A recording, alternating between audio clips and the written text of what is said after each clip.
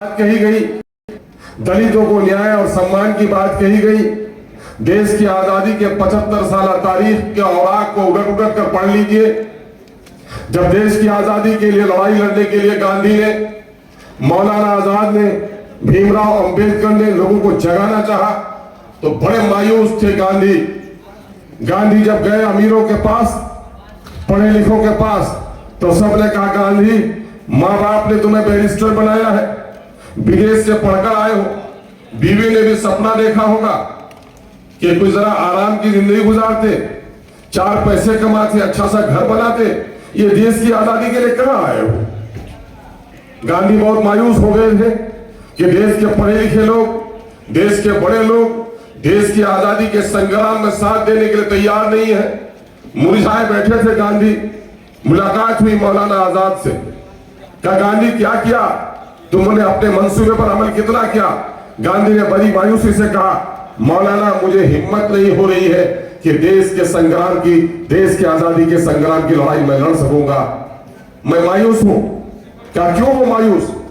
गांधी ने बताया, मैं प्रोफेसर्स के पास गया, मैं डॉक्टर्स के पास गया, मैं लॉयर्स के पास गया, कल कारखाने वालों के पास गया, जमींदारों के पास गया, सारे बड़े लोगों से मैं मिला। मुझे बड़ी मायूसी आई है कि देश की आजादी के लिए लड़ने के लिए कोई तैयार नहीं है, मैं लड़ाई कैसे लड़ूंगा। गांधी ने कहा, मौलाना आजाद ने कहा, गांधी तुमने कानून की किताबें पढ़ी हैं, अंतरराष्ट्रीय कानून की किताबें तुमने पढ़ी है, इंटरनेशनल लॉ तुमने पढ़ा होगा, लेकिन इंसानी तारीख के समाजियात का मुताला तुम्हारा अधूरा है। देखो, जब भी इनकलाब आया है समाज में, कभी भी बड़े खाते पीते लोगों के जरिए से इनकलाब नहीं आया है।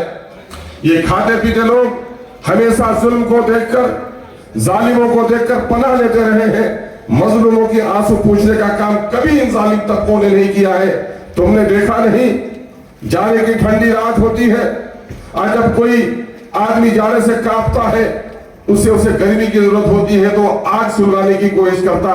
तुम देखते नहीं कि आग जो लगती है वो सूखी लकड़ी में लगती है, कच्ची लकड़ी में कभी आग नहीं लगती। जाओ तुम गरीबों के दरवाजे पर, ये सूखी लकड़ियों के मालिक है, जिनको रोटी नहीं मिली, जिनको इज्जत नहीं मिली, जिनको मकान नहीं मिला, उनके दिलों में जाकर तुम आजादी के चिराग को रोशन करने का काम करो। देखो ज्वालामुखी वहीं से फूटेगा।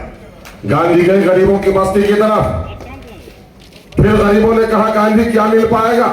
राजकाज बदलता रहा, देशी राजा थे, मुगल आए, मुगल गए, अंग्रेज आए, फिर तुम कहते हो कि फिर कोई देशी राजा आएगा, मुझको क्या मिल पाएगा। तो गांधी ने सपना दिखाया था। क्या कहा था गांधी ने कि राजा का बेटा हो या मेहतर की संतान, देश होगा आजाद तो सबको मिलेगा मौका एक समान। ये नारा दिया गांधी ने। गांधी ने नारा दिया और गरीबों ने अगली पंक्ति में ये लड़ाई लड़ी। उन्हीं गरीब भाइयों को श्रद्धांजलि पेश करता हूं जिन लोगों ने देश की आजादी की लड़ाई लड़ने के लिए पहली पंक्ति की लड़ाई शुरू की, और जब आग सुलग गई तो सारे बड़े लोग बात को आए। और आज दिल पर हाथ रखकर पूछिए, देश की आजादी के 75 साल मुकम्मल हो गए, क्या गरीबों को, क्या पिछड़ों को, क्या दलितों को, क्या मेहतरों को वो सम्मान मिला? नहीं मिला। बल्कि सच तो ये है कि आज से 30-40 साल पहले एक स्कूल था, उसमें अगर प्रखंड लेवल का स्कूल था तो वहीं पर दारोगा का बेटा भी पढ़ता था, वहीं बीडीओ का बेटा भी पढ़ता था।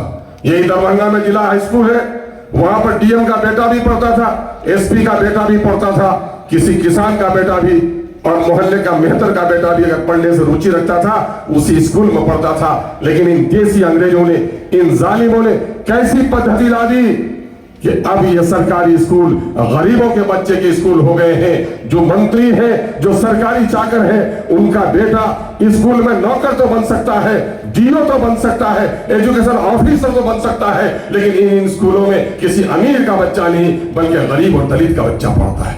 और जब गरीब और दलित का बच्चा पढ़ता है तो इन बेईमानों को आज भी लगता है कि इन गरीबों को कपड़े चाहिए, इन गरीबों को रोटी चाहिए, मिड डे मील के नाम पर, साइकिल के नाम पर, पोशाक के नाम पर, किताबों के नाम पर हमारी और आपकी गाड़ी कमाई की दौलत लुटाई जाती है। हमारे गरीब बच्चों को कपड़ा तो मिल जाता, साइकिल मिल जाती है, लेकिन शिक्षक नहीं मिल पाता, हमारे बच्चे पढ़ नहीं पाते। क्या है, आप पहले हॉस्पिटल से उसी में इलाज होता था सबका। लेकिन आज 5 स्टार हॉस्पिटल्स, अमीरों के हॉस्पिटल अलग हो गए, गरीबों के हॉस्पिटल अलग हो गए। मैं समाजवाद का नारा देने वाले, लोहिया का नाम लेने वाले, कर्पूरी ठाकुर का नाम लेने वाले इन बेईमान नेताओं से पूछना चाहता हूं कि इलेक्शन के जमाने में आकर तुम जिनका पवित्र नाम लेकर आवाम को धोखा देते हो, इलेक्शन के बाद फिर उन गरीब के बच्चों को हक क्यों नहीं मिल पाता, इंसाफ क्यों नहीं मिल पाती, गरीबों के दरवाजे तक इंसाफ क्यों नहीं पहुंचा, दलितों के घरों तक सड़क क्यों नहीं पहुंची। आज स्वर्ण जाति के लोग भी गरीब हैं, उनको नौकरी क्यों नहीं मिल पाती। 10 लाख नौकरी का वादा किया, किन से वादा किया था? राष्ट्र से वादा किया था या अंतरराष्ट्रीय स्तर पर आपने वादा किया था? आपने वादा किया था बिहार की जनता से। 1,70,000 की वैकेंसी अभी निकली टीचरों के लिए। बिहार के बच्चे पढ़कर इंजीनियर और डॉक्टर बनकर, डॉक्टर तो कोई पेशा कर भी लेता, न जाने कितने इंजीनियर बेरोजगार हैं। मैथमेटिक्स का प्रोफेसर बनने की सलाहियत रखने वाला डॉक्टर यहाँ पर मौजूद है, नौकरी नहीं दे पा रहे। और डोमिसाइल के कानून को तुमने लागू नहीं करके कह दिया कि बिहार के बच्चों को मैथमेटिक्स नहीं आती,